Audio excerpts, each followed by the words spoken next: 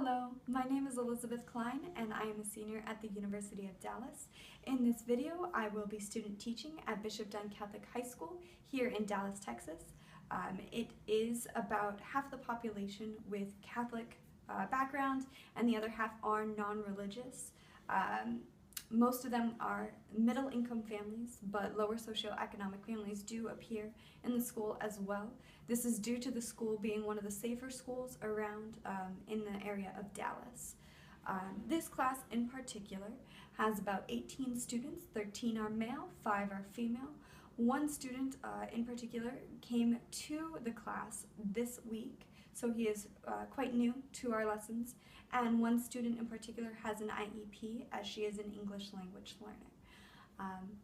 What the school has available to us is in every classroom there's a smart board, and the parents are typically involved in the students' learning.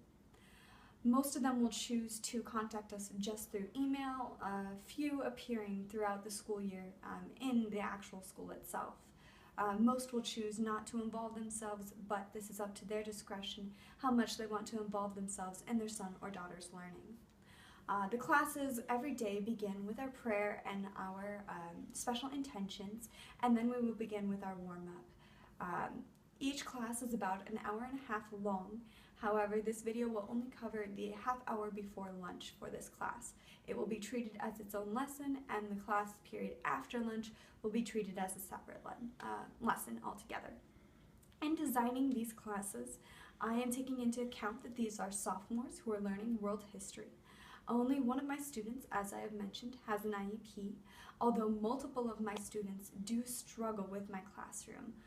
Many of them are high-level English language learners, and their only difficulty is in the writing portion of the class. Most of the students in particular during this class are African American males who are athletes in basketball, football, or baseball. Most of this then is difficult for them to focus because history is not their primary focus while here at high school. In considering two topics in particular that are difficult to approach in the age of exploration is Catholicism and slavery. While discussing this topic with my students, I must be aware of the difficulties that they have faced within this present time, but focusing instead on the past experiences that happened during this time. Thank you for watching.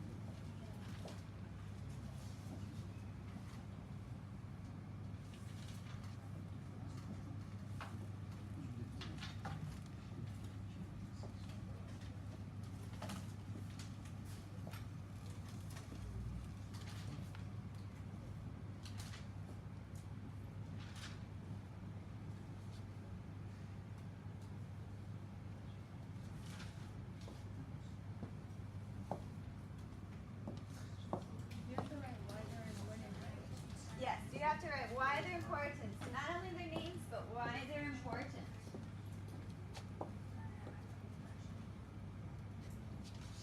Was there anyone who was not here last Friday that did not get the review for the exam?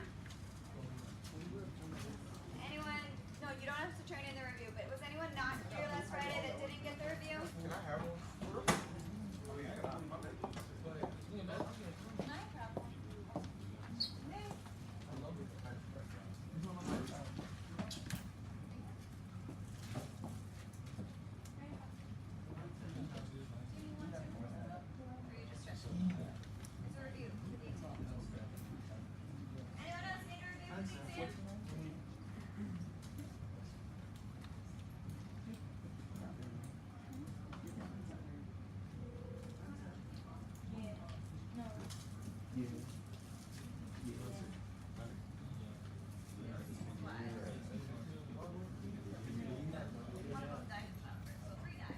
Just one died in childbirth, so he can't exactly kill him.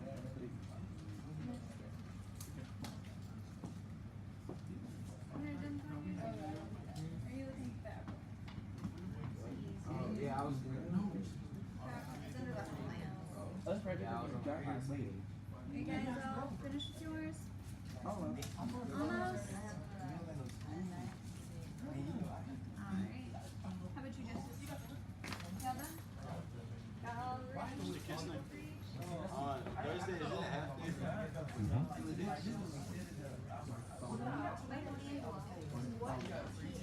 What does he represent? Humanists and We basically only got 3 weeks. And what did McDonald's mean? He painted something really big in St. Peter's. It was a ceiling? It was the entire room. What is it called? Close. It's a chapel. It's the Sistine Chapel. But 200 people is a Okay, so who do you have for the representation? Okay. So who else do we talk about? Were there any other reformers that you can think of? How about the guy that started the Anglican Church or the Calvinist Church? Or the guy that started selling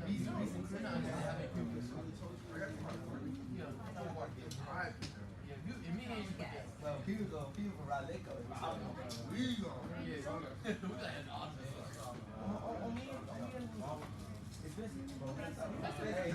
big artists. How about the Ninja Turtles? What do you paint?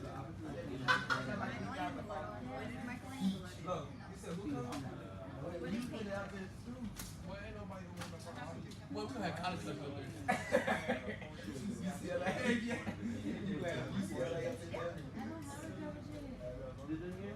Think on the other one. Okay, I sound like.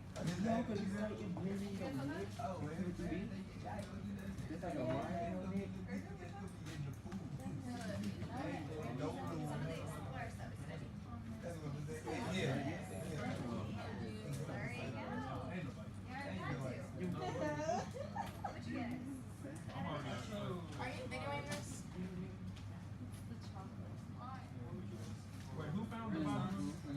Yes. Okay.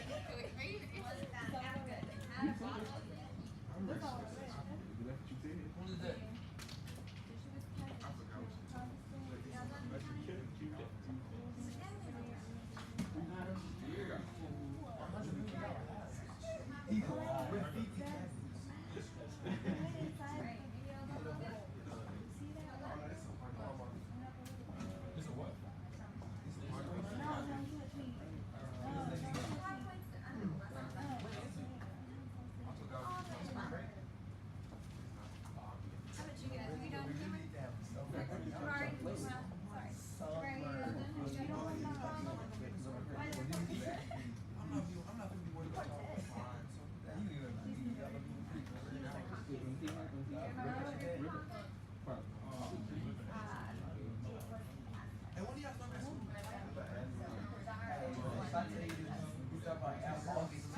Alright guys, so we're all just about done, or we've all got them.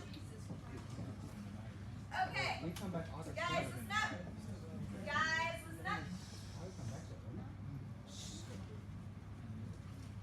Alright, thank you.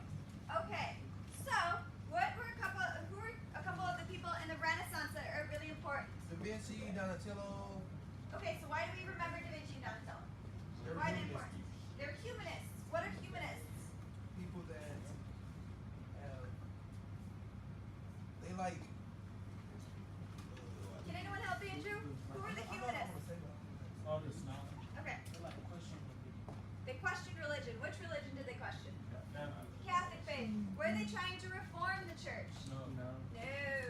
They just wanted to understand things. They wanted to understand the world, the faith around them. They didn't necessarily want to change the church. Those are going to be the reformers. So the humanists have this idea of a universal man. Who represents the universal man that we study? That he has all these different areas. That he's a scientist, that he's an architect, engineer, a sculptor, a painter. Do you remember? Remember which man we said embodied the universal man? Da Vinci. So we have Leonardo da Vinci as our universal man. Alright? The Renaissance man. Do we have any other people from the Renaissance that we considered important? Michelangelo. What did he paint? Or what did he sculpt? A David? He had a David. What else did he paint? Creation of Adam. Where was the creation of Adam located, guys? The Sistine Chapel. So Michelangelo is important for the Sistine Chapel. Do we have any others from the Renaissance that we want to mention? Alright, so we're moving on to the Reformation then. Who are a couple of the people that were important in the Reformation? Martin Luther. Why do we remember Martin Luther? I'm talking about So, yes, we moved on. So, right, we've got Martin Luther. King Henry. Yeah, 1 second. You're right. So we're talking about Martin Luther. So Martin Luther is important because he started the Lutheran Church. He had his 95 Theses that he nailed to the church door and said, I want to change this about the Catholic faith. I don't want to leave it yet, but he's forced to leave, and he built his own church in Germany. And we had King Henry VIII. Why do you remember King Henry VIII? Because he had 6 wives. He had 6 wives, yeah? He killed 2 of them. Divorced some. One of them died. And one of them just died. But he wanted to avoid them all. And he only got it out of the one that just died, right? And the one that died in childbirth. Yep. She got childbirth. But he was weak. He was weak as fuck. And oh yeah, he also tried to. He made another church, but he never changed the faith. He just wanted to put divorce. To be able to divorce. Yeah, he wanted to be able to divorce a wife because he wanted that boy. He wanted that male heir to the throne, but he couldn't get the male heir because his wife wasn't giving him one. She was just giving him a girl, and so he was frustrated. He wanted to divorce her. The Pope said that's not okay, and so he founds his own church. Which church does King Henry VIII found? What's the name of that church? The English church. Do you remember the name of the church? It's called the Anglican Church. So like Anglo-Saxons are the English people, the Northerners. We have the Anglican Church. So literally it means the English church. So we should all know that. That King Henry VIII founded the Anglican Church or the English church. Okay. Do we have any others from the Reformation period? Queen Mary the First. Alright, so we'll get to John Calvin as well. So what did Queen Mary do? She killed many Protestants because she was Catholic. Okay. What was her nickname? Bloody Mary. Bloody Mary. Bloody Mary took over from her father, King Henry VIII. She was Catholic, unlike her father. She killed off a whole bunch of Protestants, trying to revert them back to Catholicism. That didn't work. And Queen Elizabeth took over, who was Protestant. Okay, so why do we remember John Calvin?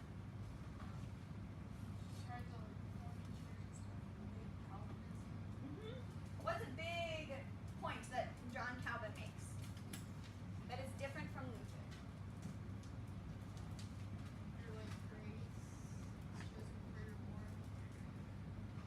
So double predestination, right? So you're touching on it. So double predestination. God interferes with your life and says, okay, I am going to make it so that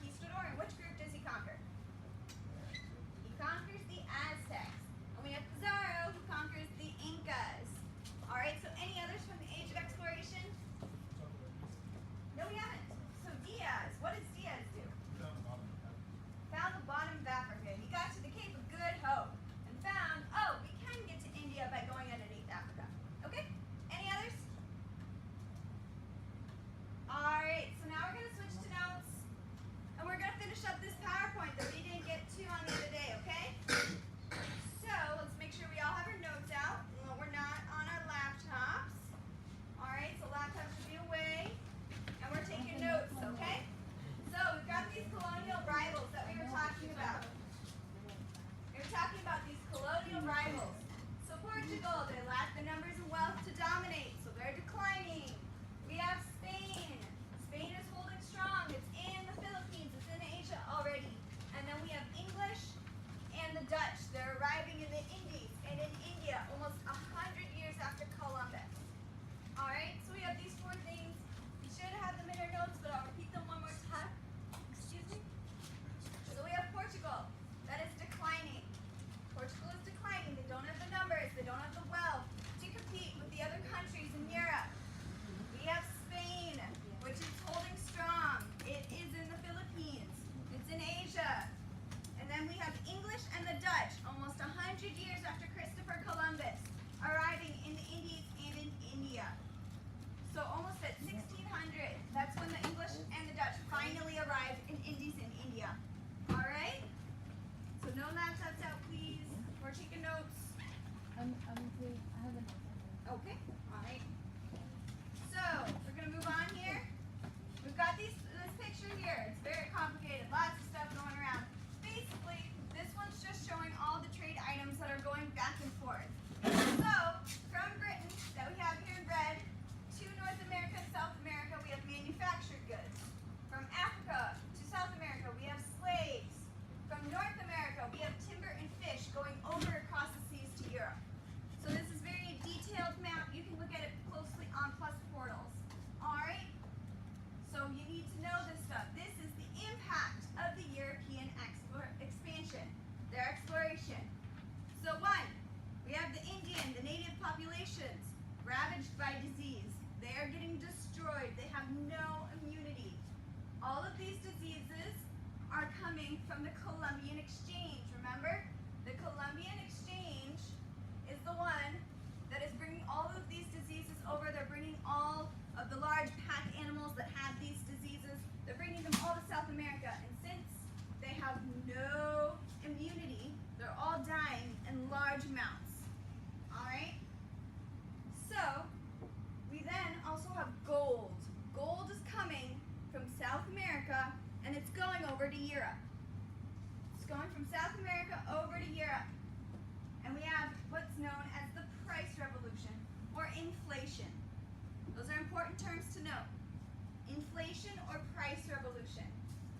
Basically, we're getting so much gold and silver that is coming from South America over to Europe that we have too much of it. The value of it goes down.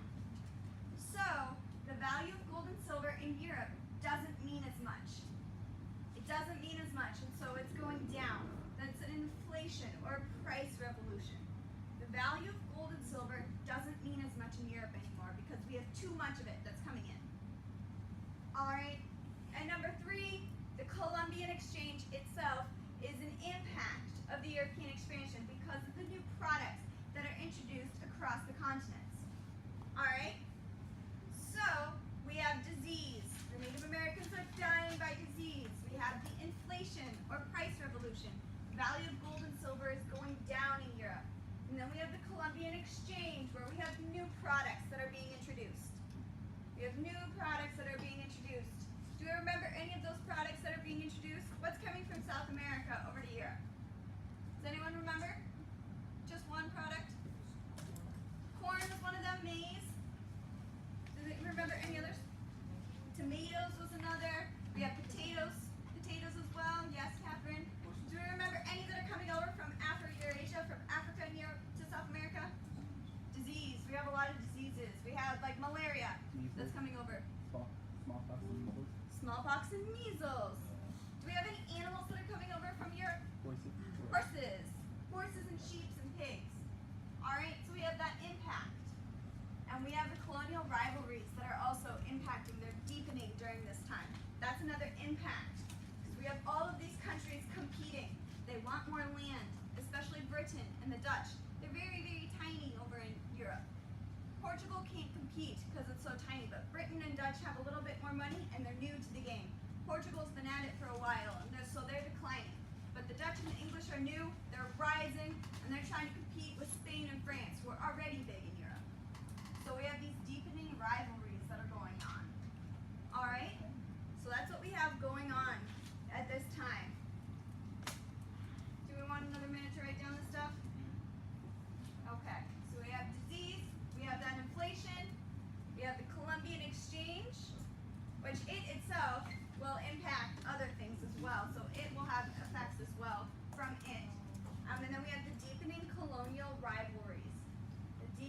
colonial rivalries will go on at this time. Alright? So those are the 4 big impacts or effects of the European expansion that you'll need to know. Okay? Alright. So we have new patterns of world trade. So this again is very, very complicated. You can look at it on Plus Portals, but essentially this is going to tell you where these different trade items are coming from.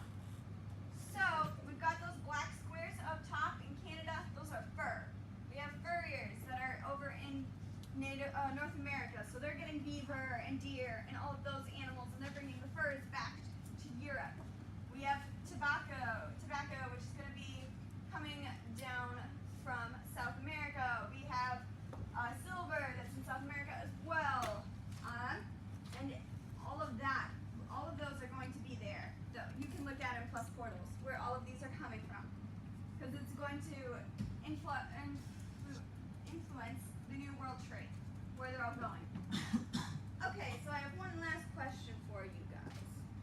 Is basketball an American invention? No. Who invented basketball?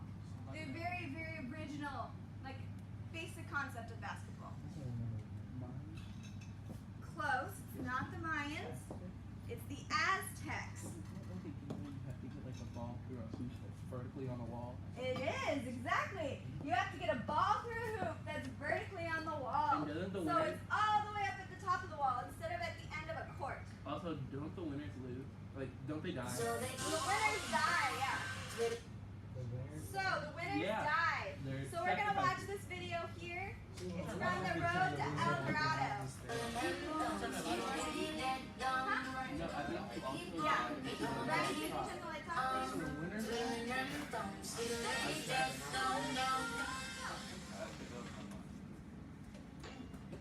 no, because it's like a very, it's a great honor to win that.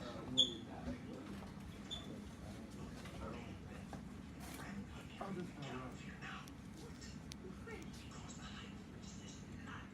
This is unacceptable. Yeah, like you said. The gods should not be playing ball like this. Well, exactly.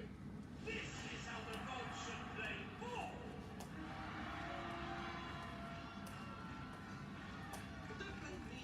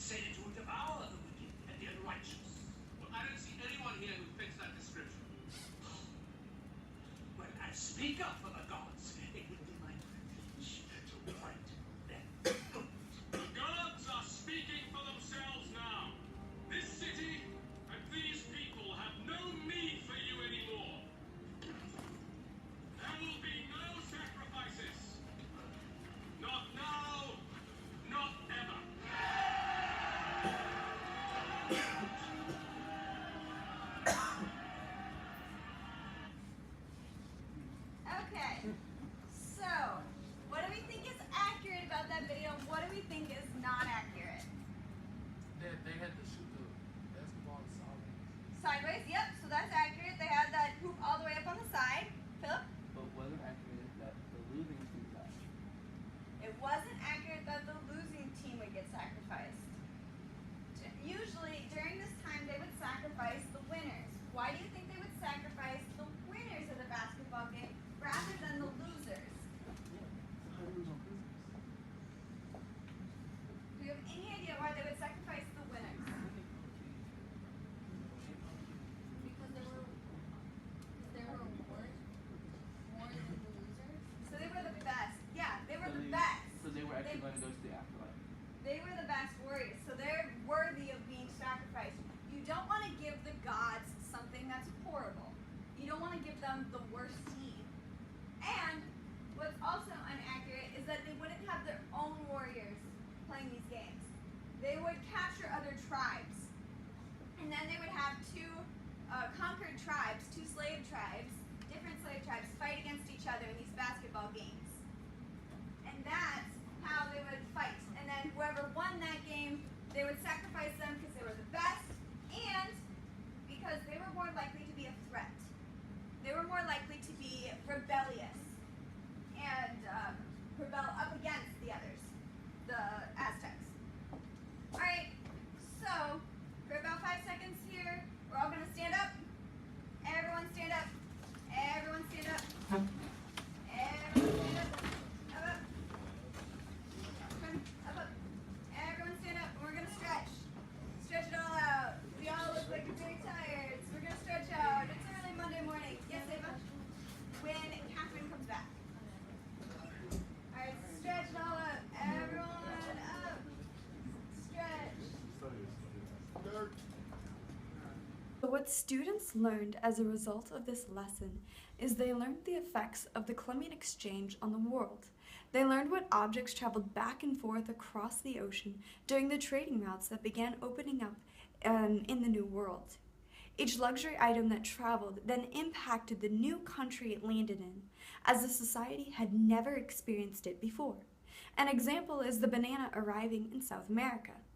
The students also learned about the new colonial rivalries that began to crop up due to new countries gaining power and solidifying those new colonies they had established. Britain and France were some of the newest colonies to emerge during this time. While some countries rose, others were falling. Those that were falling were Spain and Portugal. They fell due to the lack of funding within their respective countries. This is also compounded with multiple other factors. What I liked most about this lesson is the video that I presented to them. It immediately engaged their interest and sparked a sort of debate amongst them from the athletic side of the room. The athletes all knew exactly who started basketball and wanted to prove to me that they knew that answer. Learning about the Incans and Aztecs intrigued them as something they loved was part of history through the basketball part of it. It was also wonderful to engage with a fun video from a movie that the students had probably seen before or at least had heard of. Most of the students were fully engaged with the video the entire time, and while it was not completely accurate, I do think it was able to get the point across. I think that the video helped cement the information by giving a visual to their thoughts on the matter of the origins of basketball. While entertaining them, I also introduced the idea of the fierce warriors who sacrificed to the gods through this video, which then goes on to introduce the new topic that will be the new unit on pre-Columbian history. So what I learned from this lesson is I learned that the students knew many of the people from each of the time periods within this unit. Those 3 time periods are the Renaissance, the Protestant Reformation, and the First Age of Exploration. Going around while they were working independently, I saw each student having people written down, although for some of them, the why of why those people were important escaped them. Asking a partner helped them to achieve that full knowledge I was aiming for. Going over it together then as a class helped them to complement the knowledge that they already had within their notes, and then complement it with others who may have had different notes than they did. The formative assessment, then, of what they already knew of explorers helped demonstrate to me that they were ready to move on in the information. I was surprised at the amount of people that they were able to name and report on their significance. This unit contained a great many names, and while many are necessary for them to remember, the students were able to utilize their notes and friends to discover a great many people and remember them as well. The post-assessment for this unit was the test, and the exam grades reflected that the students knew the people. However, the students were not as confident on the other aspects of the unit, such as the difference between causes and effects. This then leads into the changes I would make for this lesson. So, the changes that I would make if I were to reteach this lesson definitely involve reteaching causes and effects. Causes and effects have been a big focus for us this semester, and while the activities had shown improvement in their understanding in those areas, the exams revealed the opposite. They were unclear on what was a cause and what was an effect. For some of them, they believed that the effect was rather what was happening during the event and not afterwards.